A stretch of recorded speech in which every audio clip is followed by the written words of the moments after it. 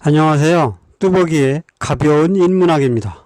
오늘은 서울 동작구 한강변의 행궁인 용양봉조정을 가보려고 합니다. 출발해 볼까요?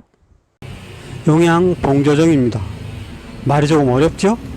용양봉조정이란 임금이 머문 곳이라 용이 뛰놀고 봉황이 높이 나는 정자라는 뜻입니다. 그런데 조금 멀리서 보니 왠지 좀 작아 보이죠? 자, 조금 더 가까이 가서 살펴볼까요? 규모가 그렇게 크지는 않죠?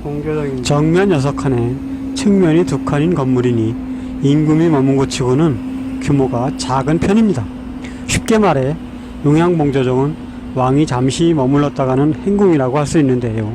정조는 아버지 사도세자의 묘인 현룡원과 수원화성을 자주 찾았습니다. 그때 한강에 설치된 배다리를 건너 이곳에서 따라오는 행렬을 기다리며 잠시 쉬었던 곳입니다. 점심을 먹기도 하여 주정소라고도 불렸는데요. 행궁으로서는 그리 크지 않은 규모지만 역할은 꽤 컸다고 볼 수 있겠죠?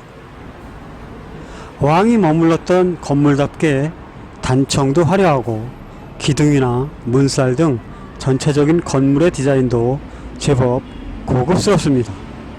정면에서 보았을 때 건물의 양끝 한 칸씩은 아무것도 설치하지 않고 빈 공간에 복도로 그대로 남겨두었는데요.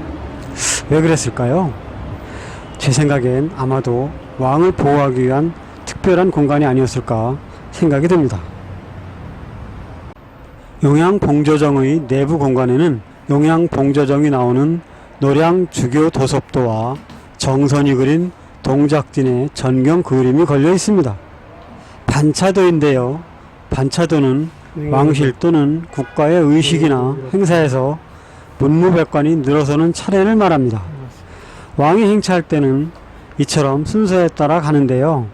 이 그림은 정조가 수원화성으로 행차를 가는 모습을 그려놓은 것입니다. 정조대왕 능행길이라고 되어 있는데요. 창덕궁을 나서서 수원화성까지 어느 고을을 거쳐서 가는지를 보여주는 지도로 상황에 따라 두 가지 길 중 하나를 선택하여 행차를 했다는 뜻입니다. 1795년 화성 행차 일정인데요. 창덕궁에서 출발하여 다시 돌아오는 8일간의 여정을 정리해 놓은 것입니다. 첫째 날은 출발해서 시흥행궁에서 머물고 둘째 날 화성에 도착, 셋째 날 무과시험을 치르고 넷째 날은 현룡원 참배, 다섯째 날 어머니 회가변, 여섯째 날 백성들 의무, 일곱째 날 수원화성을 출발, 여덟째 날 다시 창덕궁에 도착하는 여정입니다. 놀라운 것은 이러한 기록들이 지금까지도 의궤라는 책에 자세히 기록되어 전한다는 것입니다. 과연 기록문화의 나라 조선답죠? 다시 용양봉조정 밖으로 나왔는데요. 또 밖에 무엇이 있는지 돌아볼까요? 건물 옆으로 뭔가가 보이는데요. 앞의 사다리꼴 사각형 돌은 무슨 초석이거나 받침돌로 보입니다. 그 뒤에는 묘에 많이 사용되는 망주석 같은데요. 왜 망주석이 여기 있는 걸까요? 전체적으로 작은 공간에 나무들이 자라고 있는데요. 아마도 관할 관청이나 관리사무소에서 심은 나무들이겠죠? 그 나무들 옆으로 무엇인가가 모아져 있는 것이 보입니다. 석재들인데요. 용양봉조정 주변에서 나온 부재들입니다. 기록이나 그림을 보면 당시 건물이 3개 정도 있었다고 하니 이해가 가죠? 뒤에서 본 용양봉조정의 모습입니다. 마치 숲에 둘러싸여 있는 것처럼 보이죠? 숲처럼 보이게 하는 것이 바로 소나무들인데요. 소나무들이 제법 크게 잘 자랐습니다. 나무를 심은 지가 수십 년은 지난 것 같습니다. 용양봉조정 뒤에 터줏대감처럼 자리를 잡고 있으니 제법 운치가 있어 보이죠?